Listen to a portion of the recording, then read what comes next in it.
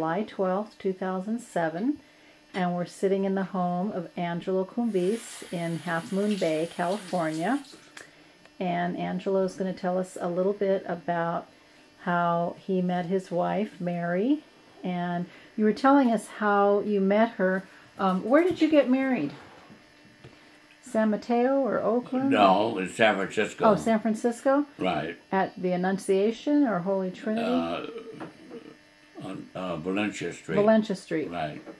And my father was your best man. Her father was the best man. And then we held a reception at the Russian Hall in San Francisco. And we had, I think we invited about 400 people. Wow. 500 people showed up. All of the people from Quixera was telling one another, and they all came. So people whether they were invited or not, they came. And I'm glad that they did come. So they actually came all the way from Quixera? Pardon? They came all the way from Quixera, or you mean people that were Quixerian here? From the Bay Area. From the Bay Area. All the Quixerians in the Bay Area came. No. Yeah.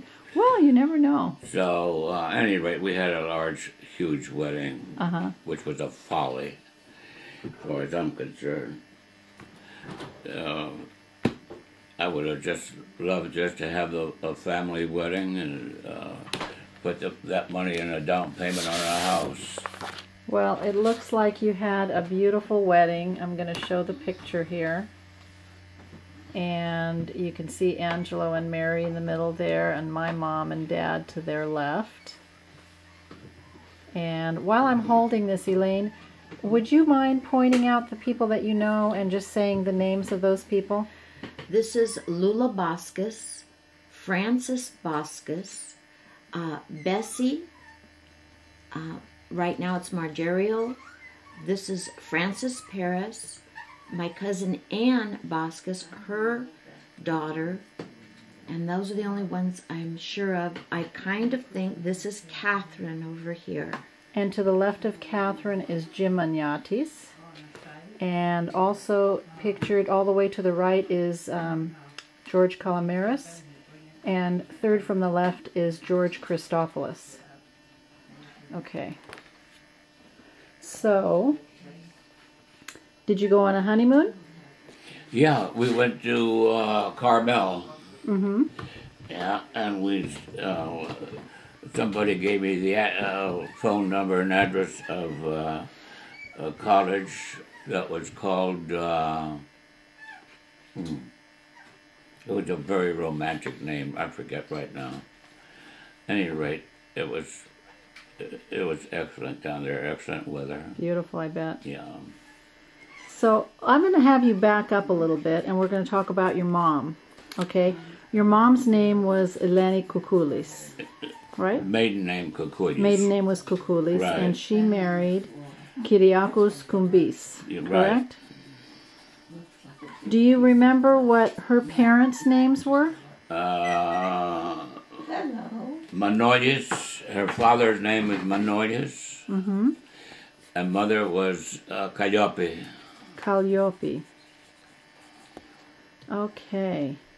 So she had a daughter, and her daughter was Calliope too, right? Yeah. Mm-hmm. Okay. Manoli and Calliope. Did Eleni have any brothers or sisters? Do you remember aunts and uncles? I don't remember, no. But her father did have a sister that lived across the street from his residence. Here in California? No. I mean, you're talking about in Quixera. In Quixera, Katsuyanika. Oh, Katsuyanika. That's right. That's what you were talking about. And I had... Go ahead. In those days, they didn't send women to school. Uh-huh. And my mother was illiterate. Mm-hmm. And she was just supposed to get married, have children, take care of the house, and wasn't supposed to know anything else, according to her father. Uh-huh. And he wanted her to marry some elderly fella, and she didn't like him at all. So my father proposed to her, and they eloped and went to Crete to get married. And they came back, and her father kicked her out of the house. So she went and lived with the sister across the street. So my father had my sister was born there, and my father came to America for a better life. And after about 6-7 years, he sent money from my mother, Calliope, to come to America. In the meantime, my mother scrounged for money, and she would plow fields with an ox, barefooted. Wow. In those thorny places over there, all the land, just gravel and thorns. But at any rate, she subsisted and came to America. Do you know what year they got married? I was born in 1917, so she had to come over in 1916. And what year was Calliope born? 1906. Okay. The year of the San Francisco earthquake. Ah, that's the year my grandfather came too. Okay, so, but they got married in Crete, and then he came over. What year did he come over? What year did your father come? That I don't know. I imagine it was around 1908. Mm-hmm. Well, it would have been about when Calliope was about 2 years old. When Calliope was about 2. Yeah. Okay. So he worked for. Now, did he always work for the Hercules Powder Company? What was that? He worked for the, what was it? The Hercules Powder Company. Hercules Powder Company. Yeah. Right. Now, was that where he worked the whole Right. time that he was here? Right. Now, did he have a sponsor to come to the United States? How did he come to begin with? Because usually you have to know somebody or have a sponsor. I have no idea. Yeah. Yeah. Maybe it was, Yeah, one of the... I have no idea. And he landed in Pinole, and I don't know why he, of all places, to land in Pinole. Right. Maybe Except they for wanted that to was a work very for big Yeah. company at that time. I did a little looking on the internet. It's huge. There's all kinds of information about it. And that And there were a picture, lot of accidents with the ammunition blowing that up. picture you sent me, I'm very grateful. It's the first time I've seen him full length. All the pictures I have are just of his bust. So at any rate, my father, I was born in 1917, and my mother had another brother in 1918, and my brother died during the influenza in 1919. Oh, that's right. What was his name? His name was Theodore. Theodore. Okay, I do remember you Yeah. telling me about that. So he was just a year old. My mother liked that name because Theodore was her brother, and she loved her brother Theodore very was much. her brother. And certainly she didn't want anything to do with Manoli. Which Manoli? Oh, She detested her father. oh, really? Because of what he did to her? Yeah, well, he didn't want her, and made her work barefooted and so on. Why didn't he want them to get married? It was customary for the father or the family to pick out the husband for the daughter at that time. And he didn't like the fact that she picked somebody out herself. No. Is this one? She was too advanced for her for her time. Is it mine? But at any rate, my father died suddenly in 1920. And did you tell me that he was injured at the job? Yeah, and then he died. Yeah, he fell. He fell? I Yeah. mean, what actually happened to him? Do you know? No. Probably for that concussion or something. I don't know. Is that what caused his death? What? Is that what caused his death? I imagine, yes, the fall is what causes death. He didn't die right away. So, then my mother, well, he bought the house that we lived in and paid $1,000 for it. And he made a down payment of $50. Can you imagine? And there was a balance due of $950. And the banker told my mother that he had to foreclose on her if she couldn't pay. So my godmother went around to all the Greek people in Oakland, Vallejo, San Francisco, and told of my mother's plight. What was your godmother's name? Bell Genos, Genos. And she got something like around $1,500. So she went to the bank, paid off the house, and gave the rest of the money, put it in the bank, and gave the bank book to my mother. Wow. So that's one way that we earned, that got it free and clear.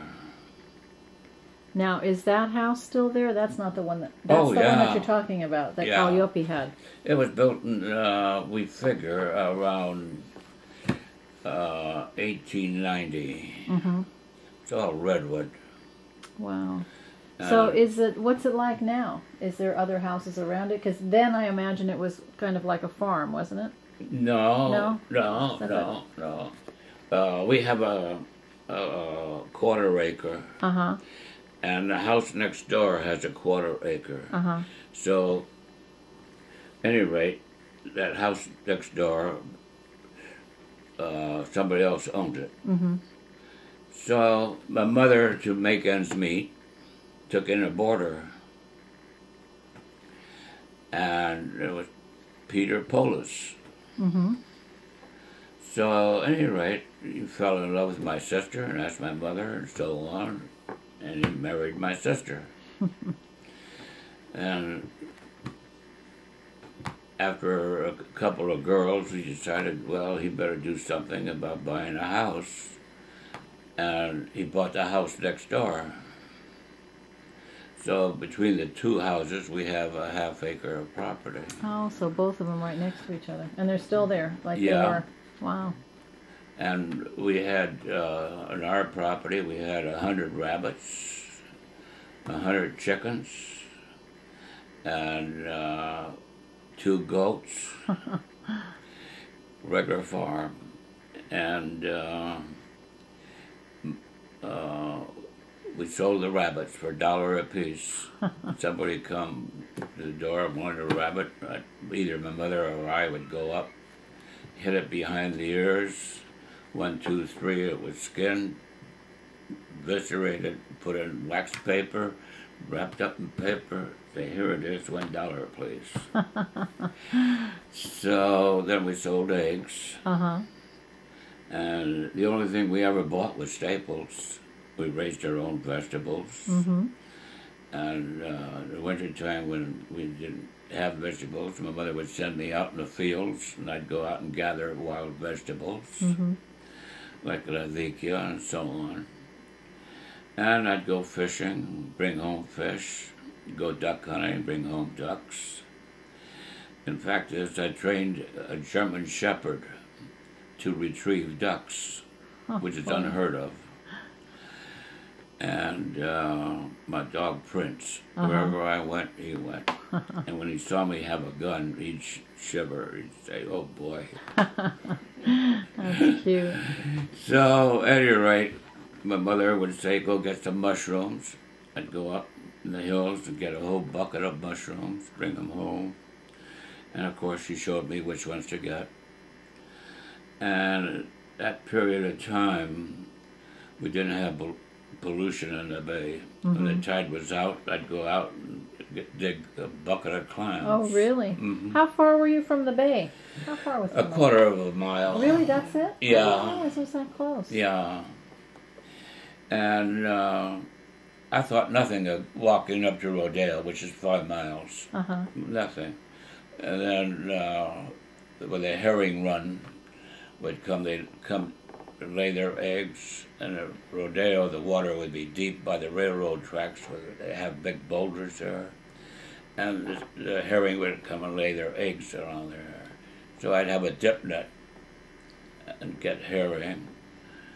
So I told my sister one day, I said, I'm going to go get some herring. They're running now. She said, I want to come too. I said, okay, let's go, Kayapi.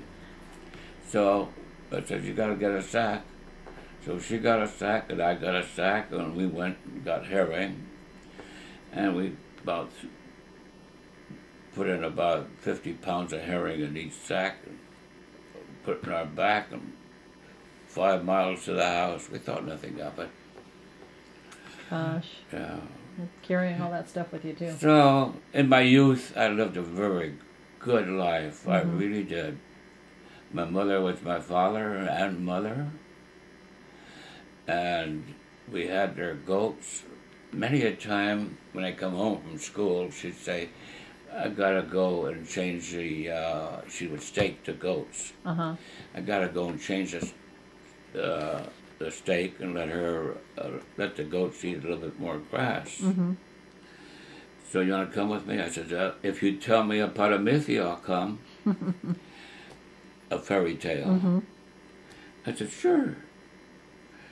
So I'd go there, and I'd sit down, and she would tell me a fairy tale. Boy, I just ate it all up. So next time I come home, I say, Mom, do we have to go change the steaks to the goats? Yeah, let's go, but you got to tell me a fairy tale. All right. She was full of them. Did she just make them up, or were they... I don't know. You don't know? I have no idea, but they were good. She was a good storyteller. So then I'd go, we'd have my neighbor in the back a block away. We had no homes back there. And there was 5 boys and 2 girls that lived there. So I'd go there and play with the boys. We played football, basketball, whatnot. And I had a good, clean life, which I really, really and truly, I wish every boy would have. Yeah, sounds like it. So that's my story of my youth. Then I bought a store in San Francisco, a grocery store, and then I lost contact with all my relatives and my friends in Cubado and Cubata. And I'd get up 7 o'clock in the morning from Redwood City. No, what am I talking about? 4 o'clock in the morning. And go and buy my produce, load my truck, go to the store. 7 o'clock, I'd open the store. 7 o'clock at nighttime, I'd close the store, come home. Now, how did you happen to get into the grocery business? My brother-in-laws owned it, and they had 2 stores, and they sold them. So I bought one of them. And what was the name of it? Seabright Market on 24th and Noriega in the Sunset District. So then eventually my brother-in-law says they're going to build a store in Redwood City up on Roosevelt Avenue. How about coming in partners with me? I said, all right. So we built that store, and It was 35,000 square foot store. I had 45 employees, and we were doing a big business. And eventually, I saw my wife and I weren't on the same track. So my brother-in-law was a gambler. This was the younger one. Mm-hmm. And his other store wasn't doing too well. So Purity Stores offered us a fantastic price. So we said, all right, we'll sell. Otherwise I would have never sold. But at any rate, from there I went into the real estate business, became a real estate broker. And now I'm just enjoying life with my macular degeneration and doing the best I can with it. Mm-hmm. It was hard not to be able to drive, but you know, you get used to everything. Sure. And because he couldn't drive, he couldn't bear to see me drive. So I had to give up my driving license. And so now neither one of us drive. Now, when did you two get married? That's another story. That's a good one. I got a good story here. You want to hear it? Sure. Okay. I belonged after the divorce. You know, I don't care what anyone says. You really get hard hit. Sure. You get really hard hit, and at the office, the secretary says, "Angelo, why don't you join Parents Without Partners?" Have you ever heard of that? Yeah. So I said, "Oh, Ethel, I don't know." She says, "Join Parents Without Partners, you'll enjoy it." So I joined Parents Without Partners. And before I knew it, Angelo had to do this, Angelo had to do that. And I said, what's going on here? And we have a program called SOS. Have you ever heard of that? Mm-hmm. It's SOS program inviting anyone that has problems associated with divorce or death in the family. That we have speakers come in, doctors, psychiatrists, we had psychologists, we had even urinary doctor come in, and it was 6 sessions. So Angelo was a master of ceremonies. And I introduced all these people. And then I asked for donations because we gave them a little bit honorarium. And we had to get money somehow. So we said, whatever you can afford, put in a box. And most we were getting in there was dollars, of course. And then this Gene Black wrote out a check for $5. And I looked at that check and I said, my gosh, I wonder who this Gene Black is. So, at any rate, I let my way in. she knew what she was doing. So, there was some lady was holding a Christmas party at her house, and I promised to bring so sandwiches. I went to the Christmas party, and just about at that time, the party was just about over with. We just had wine and little hors d'oeuvres, and we were asked either bring some hors d'oeuvres or a bottle of wine. And here comes Mrs. Black. about 10 minutes before the party broke up with a bottle of wine. And I was in the kitchen at the time. She comes into the kitchen. She says, I need a corkscrew to get this out. Well, I didn't hear the cork part. Anyway.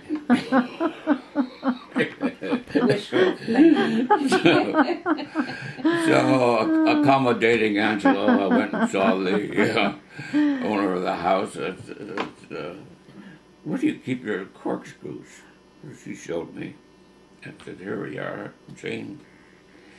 Any rate, she gave me a drink of her bottle of wine, and I told me her name. I said, oh, you're the Jean Black.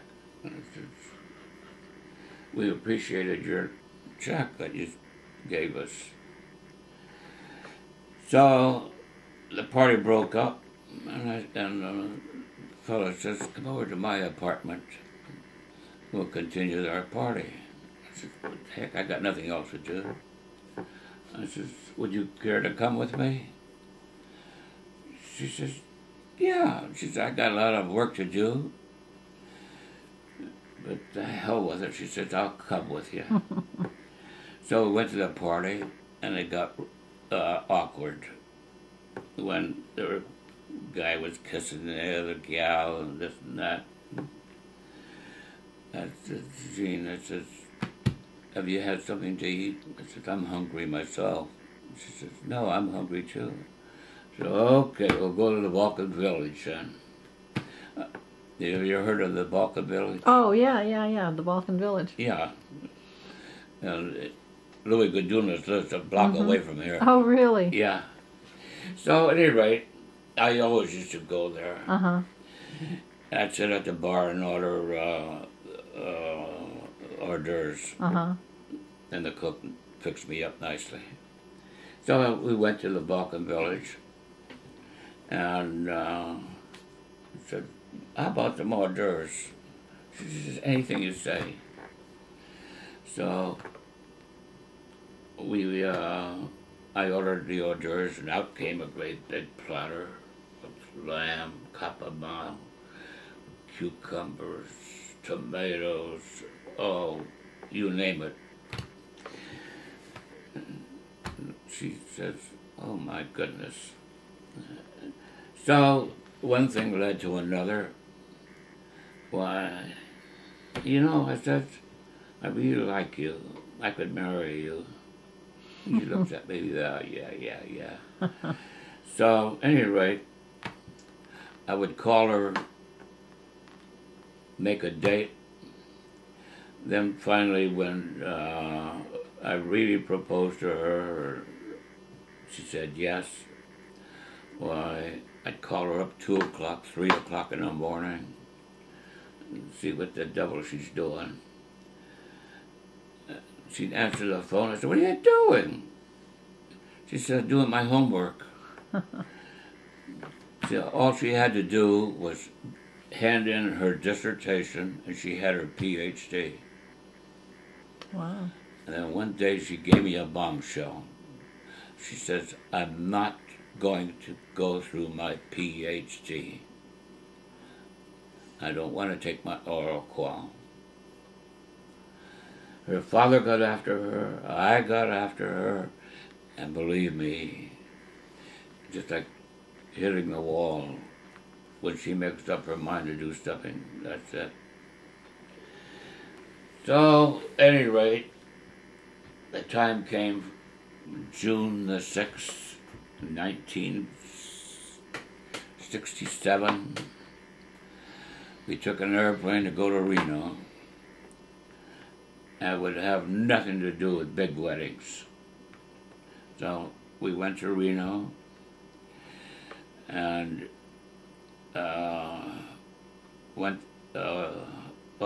got our license, $5. All of $5 for a license. And we came out, and somebody was selling corsages. And I said, what do you charge? He said, $5. $5 for a corsage? Just one orchid. Just one, huh? So she says, I want a corsage. I said, no, he wants $5. I said, let's go. She wouldn't budge. I want a corsage. Well, I pleaded with her. Dressed down in a black All and right, white never tweed mind. thing. I pleaded with her. Let's and go. I needed something, festive. So, old cheapskate Angelo was saying, no, that's $5. You're going to wear it tonight, tomorrow you're going to throw it away. That's $5 spent. Well, all right, Angelo gave in and bought her a corsage. So we went to Harris and had dinner, and we... Was it Harris? Yeah, and we saw Neighbors. What's his name? Jim Neighbors? Huh? Jim Neighbors. Jim Neighbors come out singing. I said, oh my God. I said, we better get going. And his voice came out, and oh, what a beautiful voice. Oh, it was terrific. So we had our dinner and our show, and we went back to the hotel, the Holiday Inn. And we passed the dice table. The guy was rolling them. They came out double, like 2 2s, 2 4s. I said, oh, I said, gee, wait a minute. I said, here's $20. Go over there and play 21. This was 11 o'clock. And I was playing those dice, and oh, they were rolling my way. 12 o'clock came, and I looked over there, and she was talking with some joker there. So I went over and I handed her another $20. I said, play your 21. And I jumped back and playing dice. About 12:30, she comes over. She says, I can't stay awake anymore. I'll have to go upstairs. You know why? The guy wanted to know why I was wearing a white orchid. And Talk louder. I told him that You just got I married. just got married. And he says, you just got married? Jane's picture. And he looked Jane's around. picture. I said, he's playing dice over there. No. So, anyhow, I went upstairs. I don't know why. Maybe my luck changed. But So, he wouldn't leave the table. So were you winning? so she went upstairs Yeah, to he the was room. And he wouldn't tell me how much he won. Wait a minute now, you're ahead of me. And I kept on playing. 2 o'clock rolled around and the dice started turning the other way. So when they turned the other way, I quit. Good, yeah. And I had put all the chips in my pockets, my pants pockets, my coat pockets. And I won something like around close to $5,000 Wow. with a $20 bill that Wow, I that's started. great. So I went up there, and there she was, all primped up, and her baby doll and everything waiting for me. And I even had the dressmaker take the shoulder of one so that I could snap it open. Oh, you I nasty was little girl. a tease. Show, I- but she was a dish. You need to show a picture of Jean. She was a dish. So, any rate, this is her picture when she was Oh, wow. in her 20s. That's beautiful. How cute. And this is her picture when she was in school, teaching school. That's darling. Very pretty. So that's the story That's of the story of your life. life. We lived in Redwood, Mountain View. Uh-huh. I had an apartment house in Mountain View, and we lived there for a couple of years. And it got to a point where I couldn't stand it anymore. We had those airplanes that were sub-chasers going from Moffett Field out and bringing a lot of soot. Mm-hmm. I said, we're breathing this. So I sold the apartment house, moved to Redwood City. Mm-hmm. And then one day, Gene says, I want a beach house. So I said, all right. So we looked for beach houses all the way from Fort Bragg down to Santa Cruz. And this house came on the market. So I told her, bring your mom when we go down Half Moon Bay and see what's cooks. So we came down, we walked in.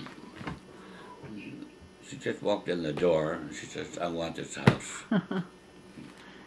So I bought it, we bought it, and we used it for weekends. Uh-huh. She was working at the time. And Saturday and Sunday was my busy days with real estate. So she and her mother would come down and unwind. And she was had an office in Palo Alto doing family and marriage counseling besides her school. So she was quite busy. But at any rate, You have an appetite. we came down here, retired comfortably, and unfortunately, she's had 2 hip replacements. And so far, everything is going okay. Yeah, well, you've got a beautiful place here. It's just gorgeous out here. You're lucky to be out here Yeah. by the ocean. Yeah, it's so we beautiful. are. That's how I felt when Yeah. I saw the house. You know, I want to said, ask I you, want while it. we have the camera on again, Yeah. to tell me your earliest memories of the Alfieras family, even before you met my dad. Because you knew the Alfieras. Yes, of You knew my course. grandmother and my grandfather? No, I didn't know your grandmother. know- No, like I say, I Or- was a little country boy Okay. at the time. You know, I also remember, I'm going to interrupt you real quick. I was talking to my cousin Teddy.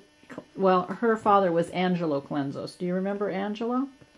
And she told me, the other day that when she was young, they used to take a ride to Crockett and Pinole, and she mentioned that they used to go to And the stop house. by. Yeah. Mm-hmm. So that was Angelo was my grandmother's nephew. Mm-hmm. So do you remember them? No. No. Okay. No. So pretty much you just remember my father. And maybe tell a little bit again so that it's on camera about how you met my dad in the shipyard. Oh, I met him. Actually, your mother introduced me to him in church. That's right. See, actually, and then we got to talking, and that he was working in the shipyards, and I found out where, and then I would go and visit him. And now, your mother and the father. Now, how did you meet my mother? How did I meet what? My mother. Oh, through my mother would come into Oakland and visit your grandmother and grandfather. And many a time when they went through Pinole, they'd stop by and say hello. Mm-hmm. And we had no car, and we took a bus, and the only place we would go by bus would go to Oakland to church. And maybe after church we'd go visit somebody, and they would drop us off to the bus station to go back to Pinole.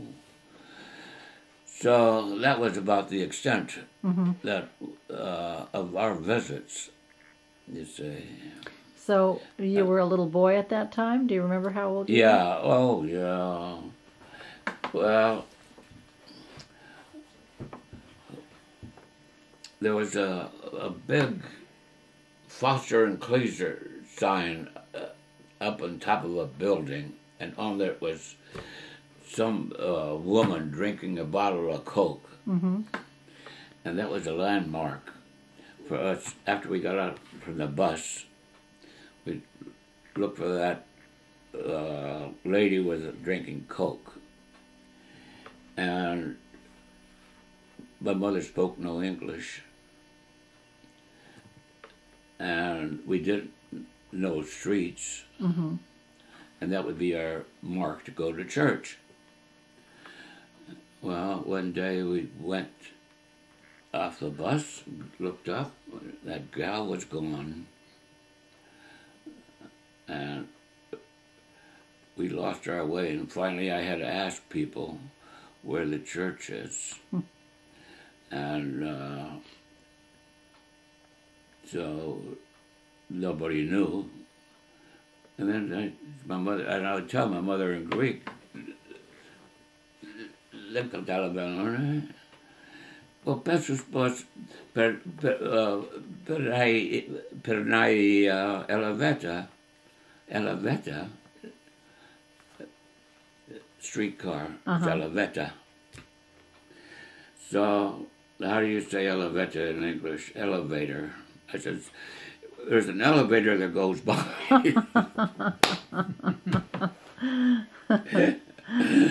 So, at any rate, we had fun. Yeah. Oh, sure, we had fun.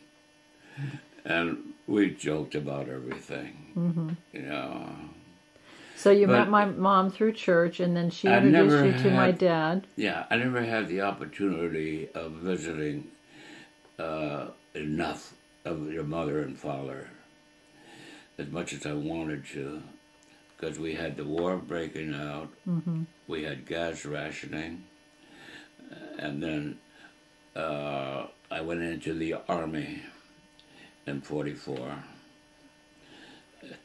You know, we got married in June, and then in July, Uncle Sam says greetings. So after I got out of the service, 6 months later, I bought the store, and my time was consumed. I had no chance to visit anybody, do anything. You know. Let's see, what else can I ask you about? Now, you went to, I'm going to change subjects again now. And how many times have you been to Kithira? Twice. Twice? Oh, to Kithira? Uh-huh. No, once. Once, and that was when you all went together? Yeah. And you visited some kukulises there. Is that right? Yeah. You have pictures, right, Dad? You have pictures? I don't know. Okay, move, let me go look. Yeah. So let's see. Eleni had two brothers, Theodore, and I remember you wrote that Theodore had 3 sons. George, who became a teacher. Yeah. Captain, who worked on a merchant ship, and Tyches, who was an attorney. And then I have George had a son, Theodore, who lives in Athens and works for the War Department, and a daughter, Liana, who lives in Piraeus and is a teacher. She's a principal now. She's a principal now? Yeah, of a school. And she's in Athens? Piraeus, I think. Or Piraeus. Yeah. And she is a Kukulis, or well, she was a Kukulis, right? Yeah. Yeah. Mm-hmm.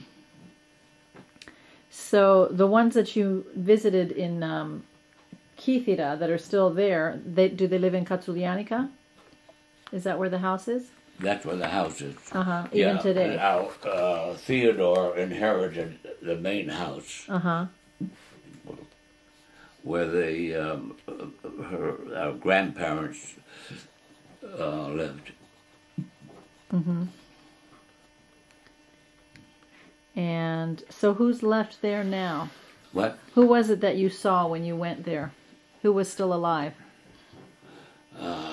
Nobody that I knew. Nobody you knew before, Nobody. but were they? Well, they must have been children or descendants of her brothers. There were people there that I was introduced to, but they were not related. Oh, they weren't related?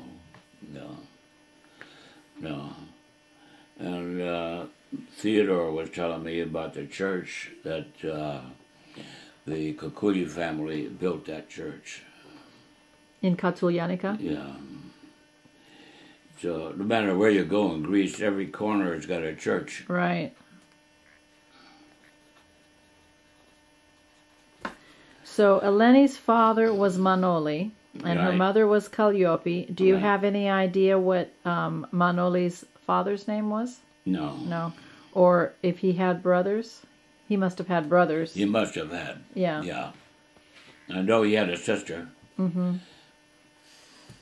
Yeah. Okay. Well, you used to have 4th of July parades? Mm-hmm. Uh-huh. And I see these old cars, and looks like somebody's holding an American flag. Was this in Pinole? That's right. What do you remember about that? Well, the parade would last about 2 hours long. People from all over California came to the parade. It was one of the very few cities that did hold a parade for the 4th of July at that time. So, was And this... we'd have drill teams come in, and well, as I say, it lasted about 2 hours, and everybody would dress up their old cars with ribbons. That's neat. So this is a picture of your father, Kyriakos Combis. How old do you think he was in this picture? The one where he's standing with his hand on the table? You don't know? Okay. Funny. This is a picture of Eleni, Calliope, and Kyriakos Combis. And Angelo thinks that this was taken in Greece. You know, I can't find my Okay, so the oldest was Catherine, and then Francis, Francis, then Helen. then Helen. The Starbright Market, and that one was in Seabright. Seabright Market in San Francisco. Yes. That the relatives took it over. Can you open that just a little bit? Let's see that first chart you have there. And these were sent to you. How long ago did Kyriakos did Telemachos send these to you? It's been a while. It's been a while. Here, down here we have Telemachos Combis, who created this wonderful family tree.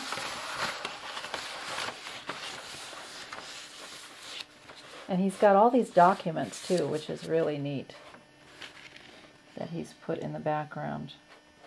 Only an architect could draw like this, That's and wonderful. maybe a surveyor. And now where are you guys on here?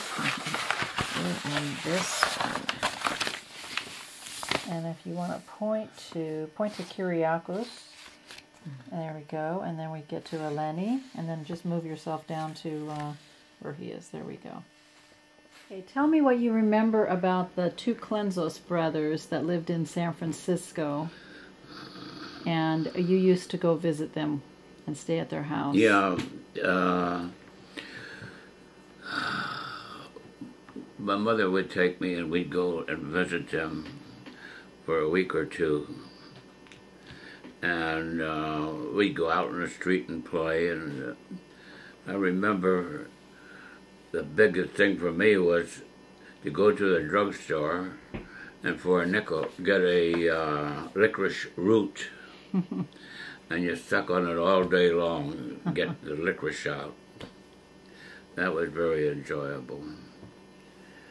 And then at nighttime, why, at bedtime, we'd eat dinner, and then at bedtime, Mike and Connie would go to their mother's bed and kneel at the bed and bless their mother and say a prayer.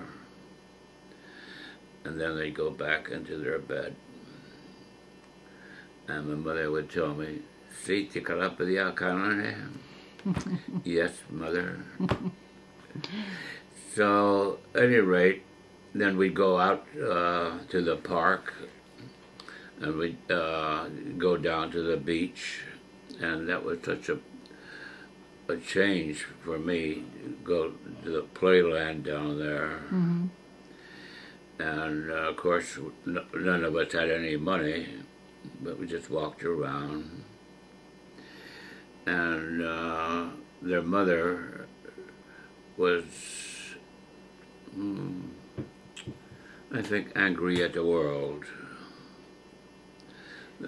God took her husband. How did? I don't know. And she had no money, and nobody, and I mean nobody, not even her brother, would come and help her. And she pleaded with the Red Cross and the Catholic Charity helped them. And they grew up with the Catholic Charity. Mm-hmm. And that's why they went to St. Mary's and studied to be doctors. And they got help from them. And then Mike became a psychiatrist, and worked in Napa. And Connie was a neurosurgeon at St. Mary's. And I think they both wanted to be together, and Michael left Napa and went to St. Mary's, and he too became a neurosurgeon. My big disappointment was a doctor, customer of mine at Seabright Market, Dr. Doyle, D-O-Y-L-E. I asked him if he knew Michael and Connie. He said, "Oh, absolutely." And I asked him, tell him that I'm here, I'm their cousin, and I would like to see them. And I said that we could shoot the fat about the old days. And they came to the store just once.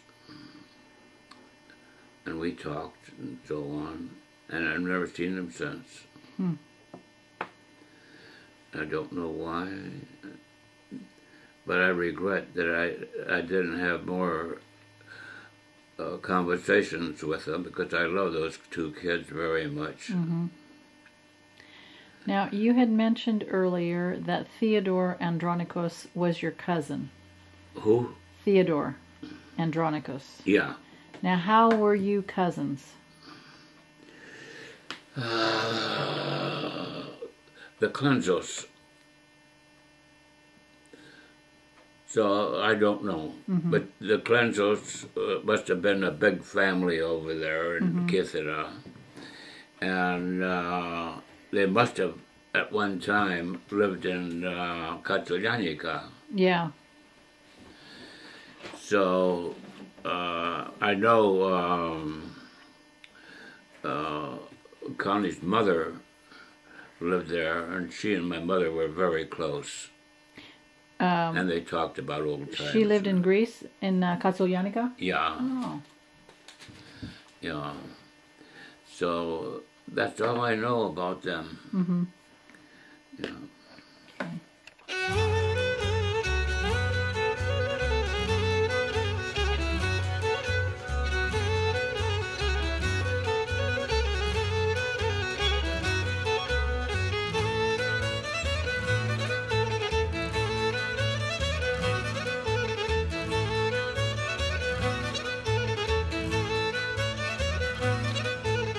Aman, aman, aman, έχει καημένε καράβα.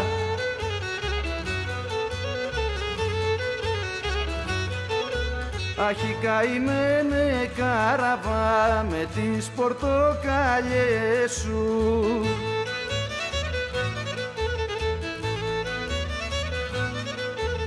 Αμάν, αμάν, αμάν και με τα κρύα σου νερά.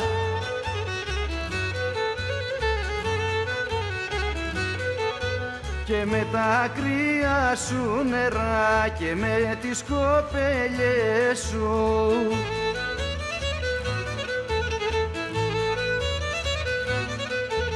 Αμάν, αμάν, αμάν, αχι καημένε καραβά.